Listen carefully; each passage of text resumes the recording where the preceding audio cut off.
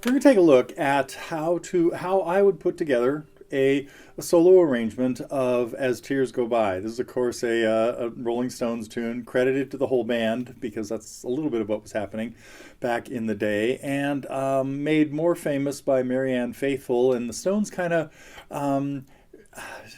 weren't real proud of this song because it wasn't a Rolling Stones rocker, but it's still a beautiful tune, mostly put together by Mick and Keith.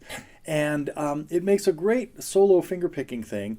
What we're going to do in this lesson, though, is I do have tablature to how I might play it. It's not to exactly what I played right there because every time I play this, it's going to be a little bit different. So we're mostly going to talk about how just understanding the chord progression, which is fairly simple, and basically four chords, one out of the key of A, one out of the key of G, and four in it, I guess. Is that all we have? G's, C's, D's, A's, and E minors, right?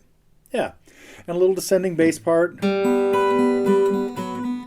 While we hear the bass descend in there, and then just talk about some of the possible ways to accompany it. Sometimes we'll have a steady alternating bass. Sometimes I might use what I consider this a little hybrid arpeggio pattern, where I don't necessarily play four bass notes, or I start an arpeggio in the beginning of the measure.